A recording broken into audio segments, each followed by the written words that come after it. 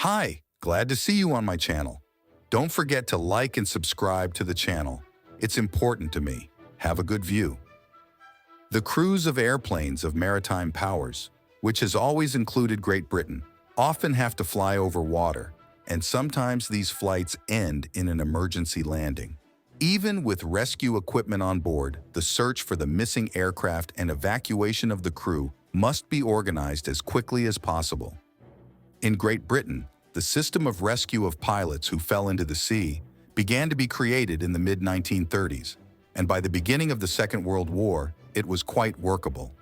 Afterwards, the Americans had to think about solving a similar problem. The first steps in the right direction. During World War I, British pilots had to fly a lot over the sea on patrols in search of German submarines, as well as intercept Zeppelins and Goths over the English Channel, Pas de Calais, and the North Sea. Air battles and equipment failures often resulted in forced landings. Apparatuses were fragile then, and even specialized seaplanes under the impact of waves quickly destroyed and drowned. The crew was without means of rescue in the cold water. Parachutes on airplanes were banned for a long time, and seaplanes were not equipped with swimming aids. They simply did not have time to create them before the war. But even if the crews had bulky Navy Kapok vests, and in the airplanes would find a place for a life preserver or raft, it did not make much difference. On land, they had to learn that the crew who had not returned was in the water, find the pilots at sea, drop first aid supplies to them, and then dock near or point a rescue ship at the stranded crew. It was required to develop an entire rescue service equipped with the necessary facilities, but the war did not get to that point. By 1918, in order to leave the crews at least a minimal chance of survival, aircraft designers introduced into the designs of some deck-wheeled aircraft special elements that increased buoyancy. This situation persisted for quite a long time after the war. In 1918, naval and army aviation merged to form the Royal Air Force. Together with seaplanes, the RAF received service vessels, tugboats, floating docks. In 1930, the Air Ministry established the Aircraft Maintenance Coordination Committee, which began to deal with RAF auxiliary vessels. In particular, high-speed boats were needed to evacuate airplane crews stranded in the water. In 1935, this area was separated into a separate committee on marine vessels. By the mid-1930s, the intensity of overwater flights increased again, especially in civil aviation. So in 1933-1934, instructions were developed to regulate the actions of coastal structures in case of emergency grounding or disappearance of aircraft over water. The RAF Coastal Command ordered new high-speed rescue boats, which were used to equip coastal squadrons of naval aviation, both in the metropolis and in the colonies. The rescue operation was to involve many structures, in one way or another, connected with the sea or aviation. An alarm was sounded when a distress call was received, or when the deadline for a board to reach its destination expired. Civilian and military rescuers were informed, ships traveling in the area of the search for the airplane were warned, as well as crews of civilian airplanes.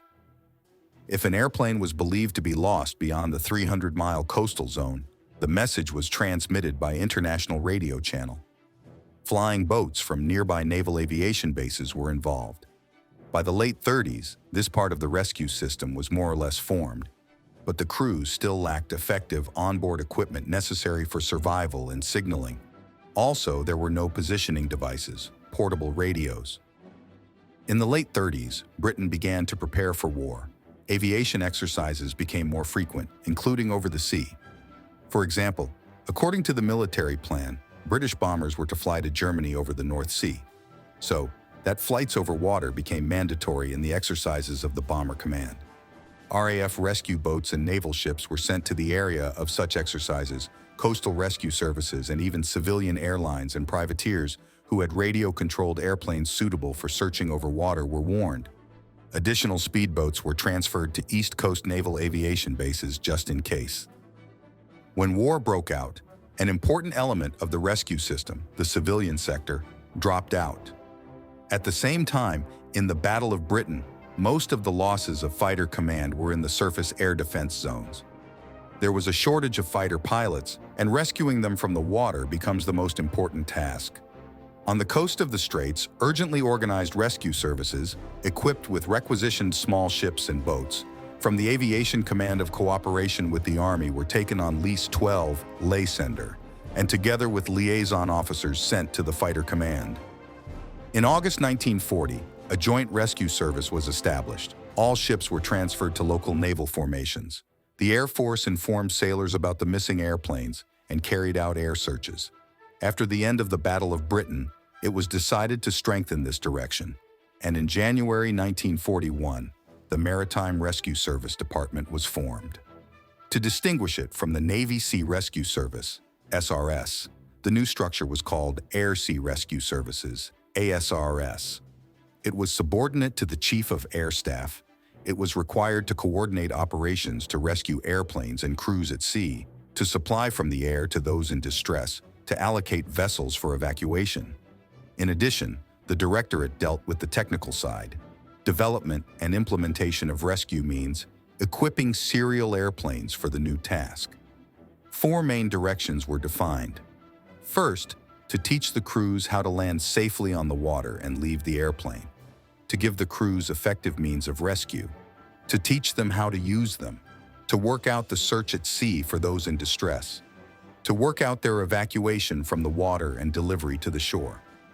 Coastal Aviation Command consisted of 4 groups, and the rescue service was also divided into areas that coincided with the boundaries of these groups. The sailors, at the Naval Operations Headquarters, had the position of a rescue aviation officer. Fighter Command received 6 more lay senders, and all 18 aircraft were assigned to it. They were consolidated with the Valrus and Hurricane into 4 squadrons. Lay senders sent to the area of the landing found the survivors, called Seaplane Valrus, dropped an inflatable boat, and marked the place with a smoke bomb.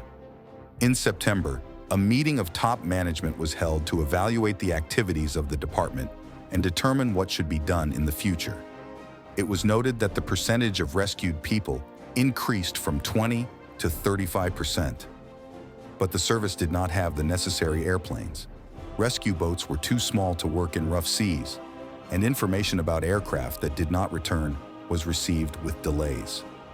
Often, third-party planes were brought in and had to be prepared for departure, which wasted time. The decision was made to transfer Hudson patrol planes to the rescuers and to increase the range of Valrus flying boats.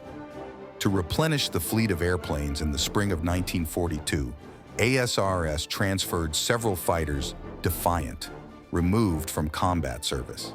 They were distributed to squadrons whose aircraft could meet the enemy on a mission. In most cases, the ASR planes could only locate a place with people in distress and call for help, guide help by radio, mark the spot with signal bombs and flares, and deliver supplies. Most of the men were pulled out of the water by ships and vessels. ASR boats were painted black or light gray and were armed with machine guns. So much so that the Germans mistook them for Navy gunboats and often fired on them. There were skirmishes between British and German gunboats. In 1941, when a German plane sank a British rescue boat, the Admiralty wanted to sink the German rescuers in retaliation, but the director of ASRS strongly opposed this response. Thank you for watching the video to the end. Forget to put a like and subscribe to the channel. It's important to me. See you soon.